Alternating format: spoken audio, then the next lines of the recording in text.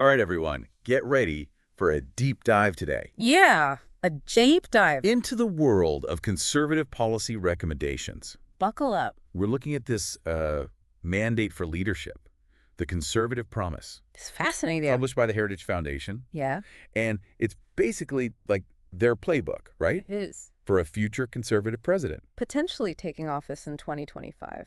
Yeah, it's It lays out a concrete roadmap. a roadmap. What I think is really interesting about it is they start with this sense of urgency. Okay. They're really saying America is on the decline, and they're blaming the political establishment and cultural elite for leading us astray. So they're not Uh-huh. mincing words. Not at all. They're very clear about what they see as the problem. Crystal clear. So then, like, where do they go from there? Well, they go right to the heart of what they see as America's foundation, Okay. the family. Okay, the family. They argue that the government should play a more active role in supporting what they call traditional family structures.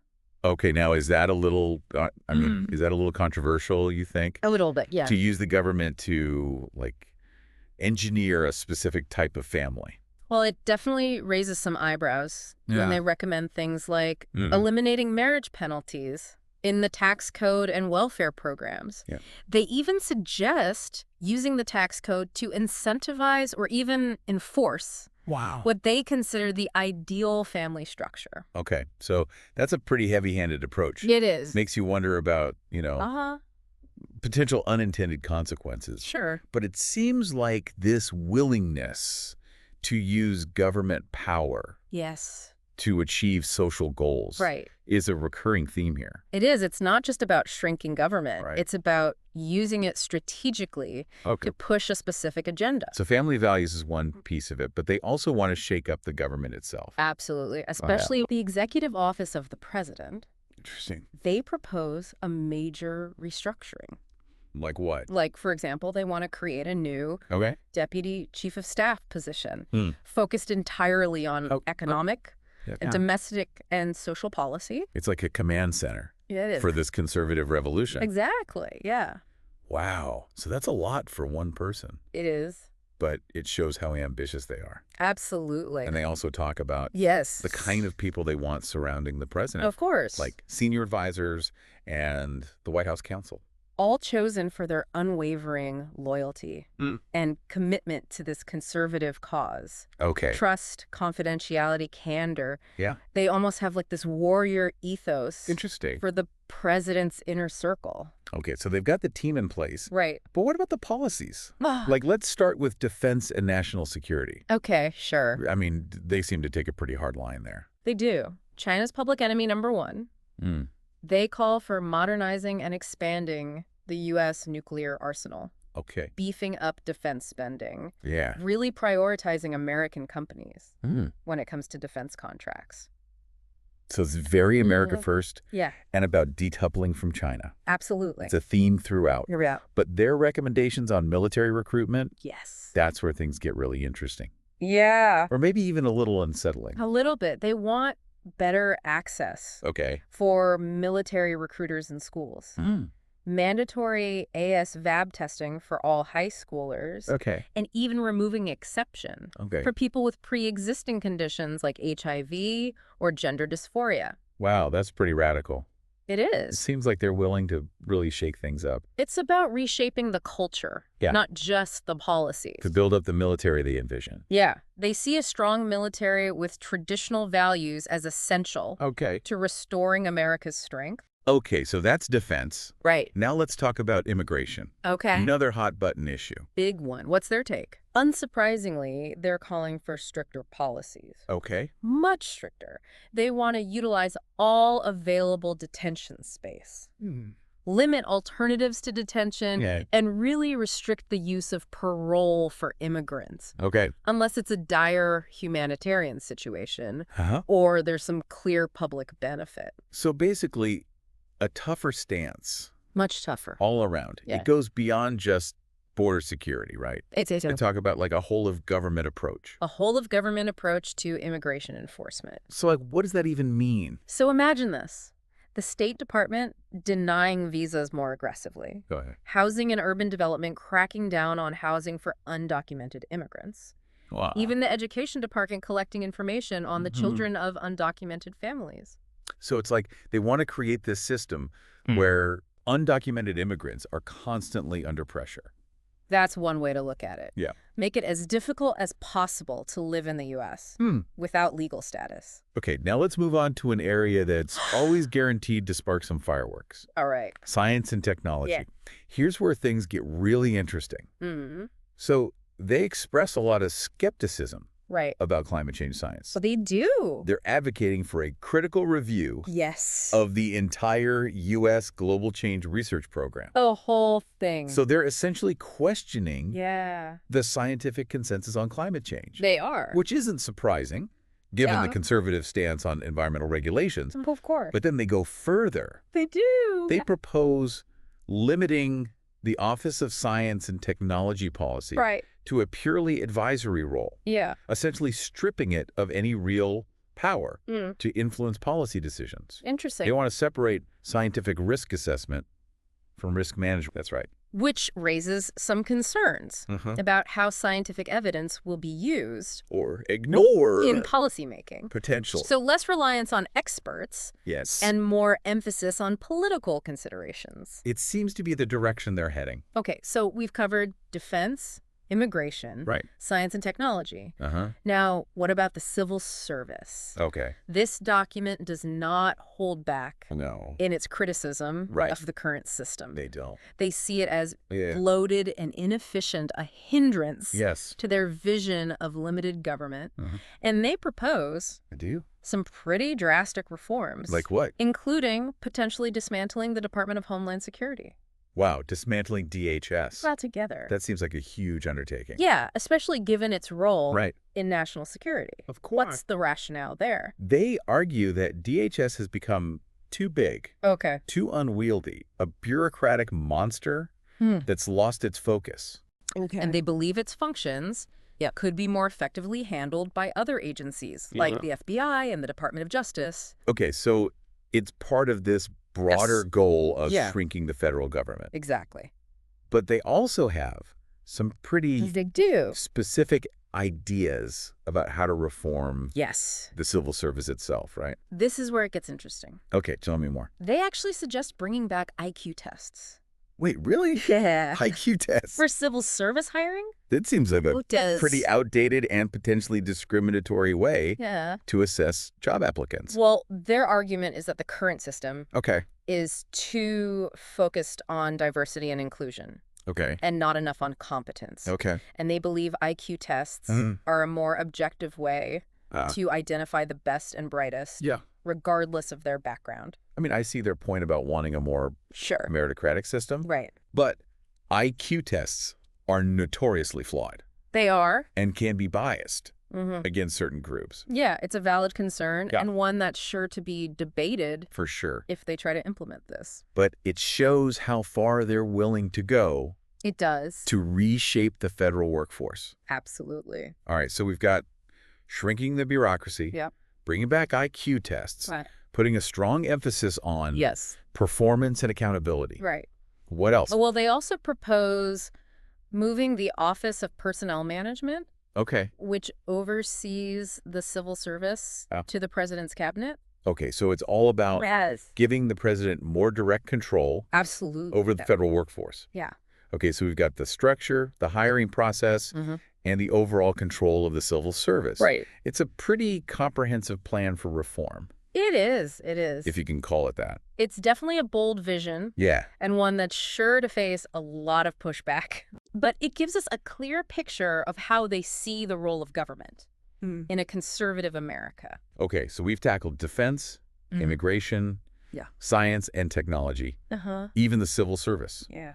Up next, energy and the environment.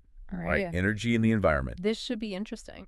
Yeah, given their stance on climate change, I'm guessing they're not big fans of renewable energy. You guessed it. Okay. They actually want to eliminate the Department of Energy's applied energy programs, Okay. specifically those focused on energy efficiency and renewable energy. So no more government subsidies No. for solar panels or wind turbines. Right, exactly. So it's a pretty hands-off approach It is. to energy, just letting the free market decide Huh. which sources to develop. Yeah. But they must have a preferred source. Oh, they do. Right. They're big proponents of nuclear power. Okay, nuclear power, Yeah. that's a bold choice, considering the safety concerns and the whole issue of nuclear waste disposal. Well, they argue that nuclear power is the only realistic way to meet our energy needs while reducing carbon emissions. And they believe that modern technology has addressed many of those safety concerns. Interesting. Yeah, it's a pretty controversial stance. It is. But it aligns with their overall philosophy, limited government and free markets. Right, so they're basically saying, let the private sector handle energy production. And let's focus on making nuclear power as safe and efficient as possible. Exactly. All right, so that's energy. Right. Let's shift gears to financial regulation. Okay.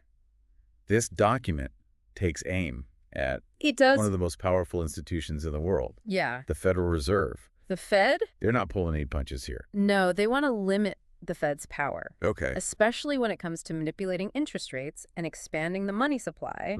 They even suggest winding down the Fed's balance sheet to pre-2008 levels. Wait, winding down the balance sheet? Yeah. That sounds pretty drastic. It is a big one. Like, what would that even look like? Basically, it would mean selling off a lot of the assets that the Fed has accumulated over the years. Okay. Like bonds and mortgage-backed securities. So it's a way of, like, shrinking the Fed's footprint in the economy. Yes. Reducing its ability to influence markets. Exactly. Wow, that's a pretty radical idea. Sounds like they want to fundamentally change how monetary policy is conducted in the U.S. They do. They're very skeptical of the Fed's current approach. Okay. They argue that it's too discretionary and prone to political influence. Yeah. They want a more rules-based system, something that's predictable and transparent. So less power for the Fed, more reliance on these fixed rules. Yes. That's a pretty big departure from the status quo. They even go so far as to suggest exploring alternative monetary systems altogether. Like what? Like a return to the gold standard. Or even free banking. Wow, free banking, no central bank. Right, no central bank. Controlling the money supply. That's right. That's like... It's a big change. Going back to the Wild West of finance. Yeah. It's clear they want to shake things up. They do. And challenge that conventional wisdom on monetary policy. They see it as a way to restore sound money. Okay. And limit the government's ability to inflate the currency. So it's a very libertarian perspective on finance.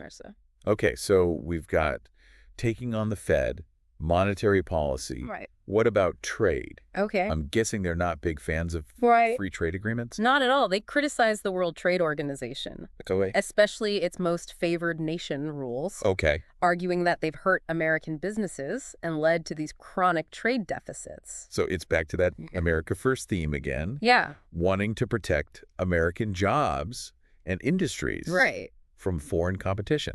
Absolutely. They believe that free trade has been a bad deal for the U.S. Okay. And they want to renegotiate or even withdraw from some of these agreements. And of course, they're not shy about calling out China for what they see as unfair trade practices. China is the big bad wolf in their narrative. Right. Accusing them of currency manipulation, intellectual property theft. All sorts of economic sins. So a more confrontational approach to China. Yes. A more protectionist approach to trade overall. They want to use tariffs and other trade barriers to protect American businesses and workers. It's a very populist message. It is. That resonates with a lot of voters. Yeah, who feel like they've been left behind by globalization. Right. All right, so we've covered energy, finance, trade. We have. It's clear that this document is laying out a very different vision. Very different. For the American economy. They want to move away from the current system of government intervention and globalism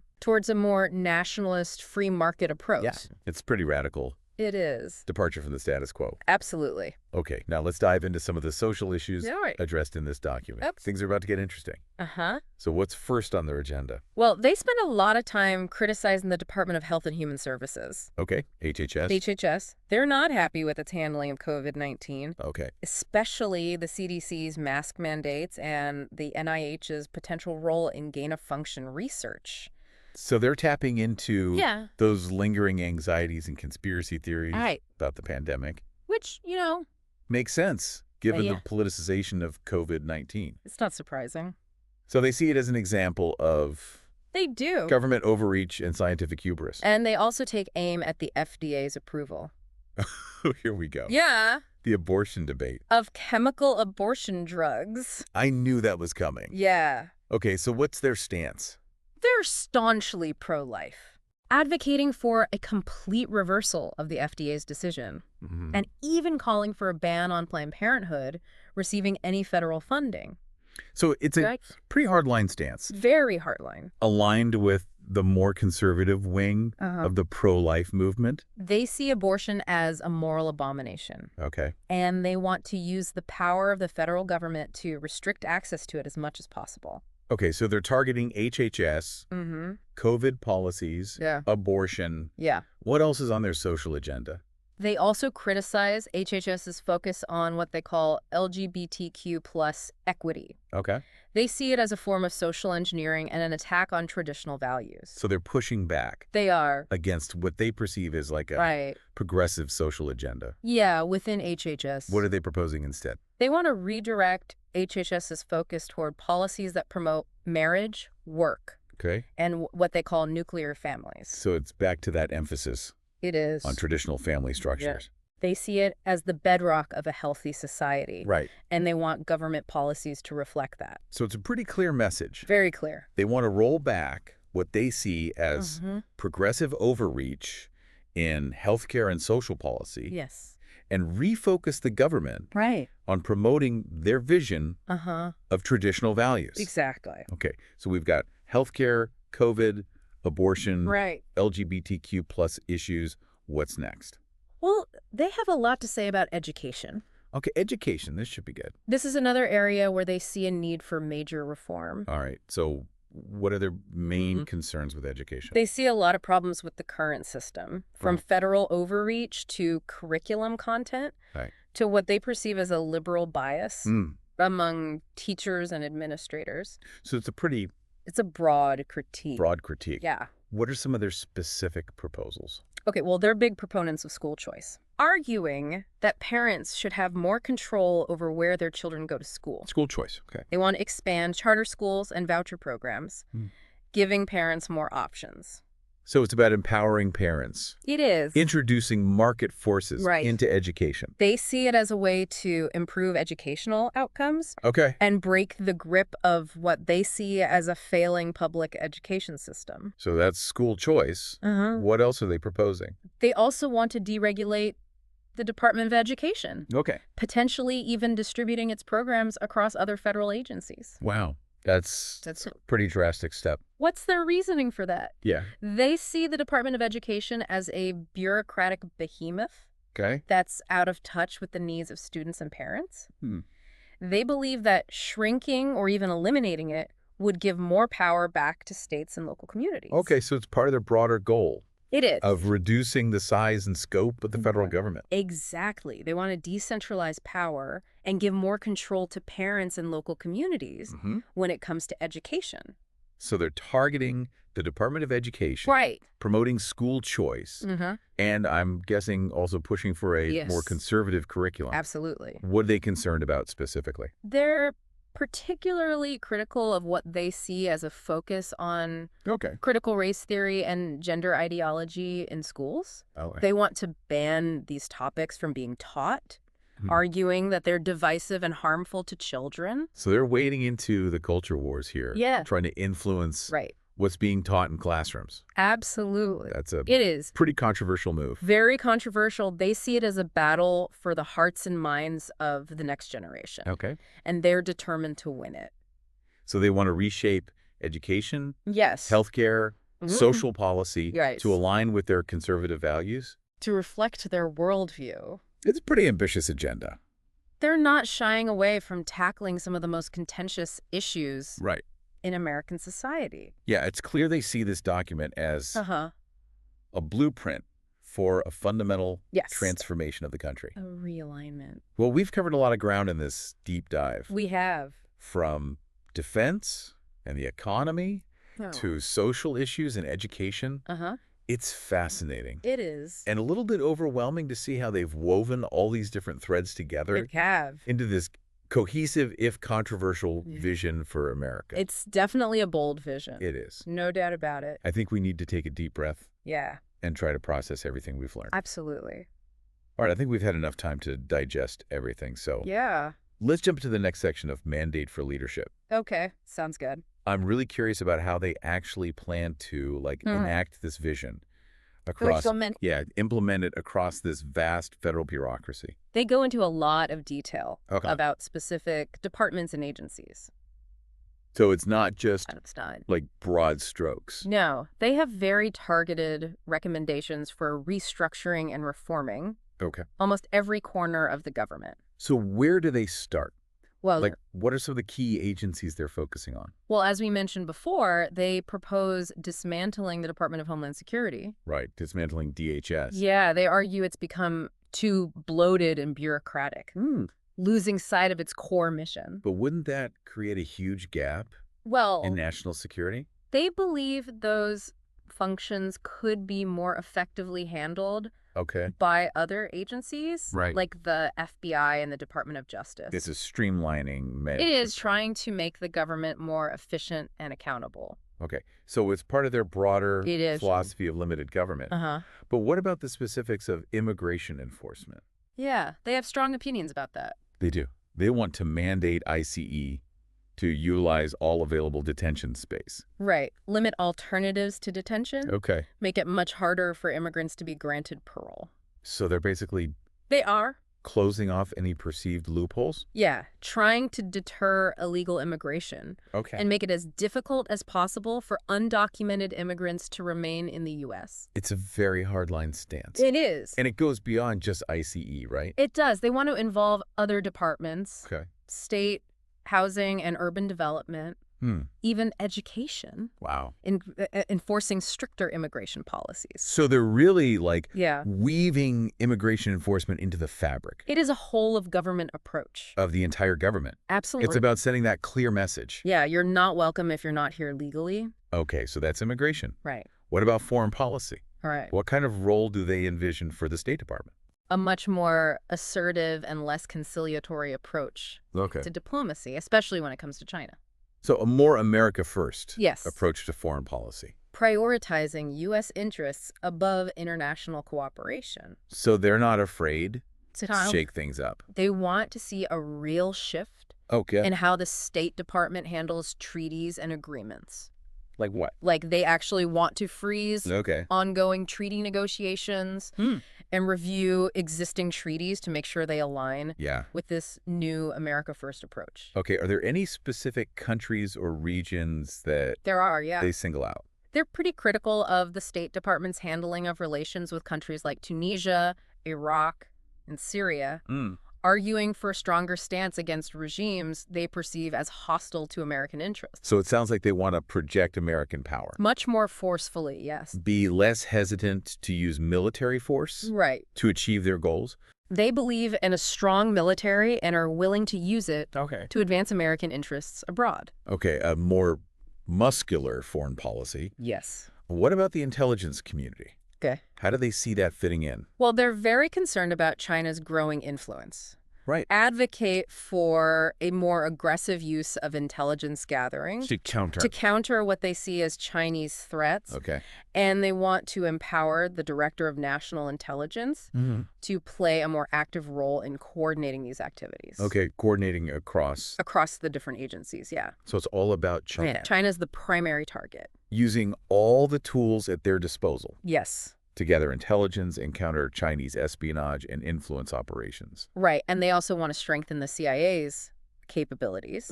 Make sure it's aligned with the president's priorities. So bolstering intelligence capabilities, using those capabilities to counter China. Exactly. It seems to be the main thrust. It is. Of their recommendations for the intelligence community. But it's not just about external threats. Right. They're also concerned about internal security and what they see as threats to American values. Okay, like what?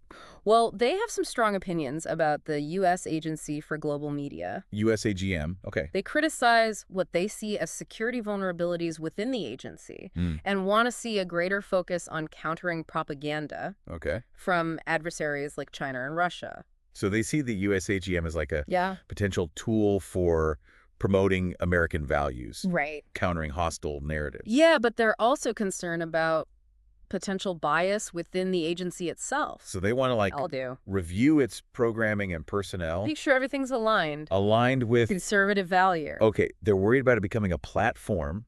They are. For what they view as anti-American or leftist ideologies. Exactly. It's interesting how they see this internal struggle as part of this larger global competition between ideologies. Right. It's not just about military and economic power. It's about winning.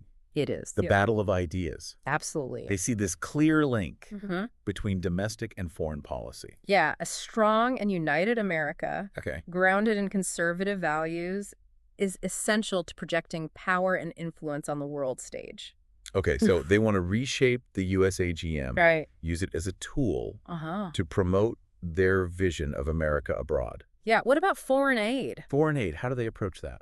They have some strong opinions about U.S. aid. Okay. They argue for a more focused approach to foreign aid, prioritizing programs that promote economic development, counterterrorism, and, this is interesting, traditional values. Traditional values, how does that even play into foreign aid? They believe that promoting these values, things like democracy, free markets, individual liberty, is essential to fostering stability and prosperity in these developing countries.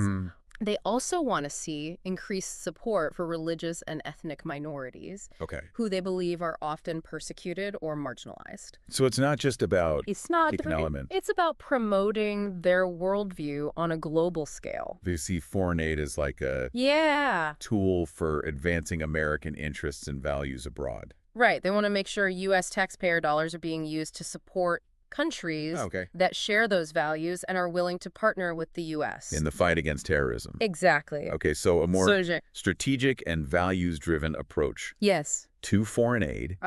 It's clear this document is laying out a very specific vision for America's role in the world. They want America to be a strong and assertive leader, unapologetically promoting its interests and values on the global stage. They see the world in flux. They do. A lot of challenges. From China, Russia, and other hostile actors. And they believe the U.S. needs to step up. Absolutely. And meet those challenges head on. Well, we've covered an incredible amount of ground. We have. In this deep dive. A lot of ground. It's been fascinating. It has. And a little bit exhausting, to be honest. It's a dense document. To explore this world of conservative policy recommendations. Mandate for leadership. It's both impressive in its scope and a little bit daunting in its ambition. It's a bold vision. It is. No doubt about it. Whether you agree with it or not. Right. It's important to understand the ideas that are driving this vision. Absolutely. And how they might shape the future of American politics and policy. Right. So what does this all mean for listeners? Well, I think the key takeaway is that the conservative movement has a clear plan for how they want to govern if they win power in 2025. And this document is a roadmap for that plan. It touches on everything. Everything. From healthcare and education to defense and foreign policy. It's a comprehensive vision. It's a call for a pretty dramatic shift in direction. Yes, it is. A return to what they see as traditional American values. Yeah, and a rejection of what they see as progressive overreach. It's a vision that will resonate with some and alarm others. Absolutely. But regardless of where you stand on the political spectrum, I think it's crucial to understand the ideas driving this movement. I agree. And to engage in thoughtful and respectful dialogue about the future of our country. Well said. And on that note, we'll wrap up this deep dive into Mandate for Leadership, the Conservative Promise. Fascinating document. We encourage you to explore it for yourself. Yeah, check it out. Draw your own conclusions about the vision it presents for America's future. And as always, thank you for joining us on the Deep Dive.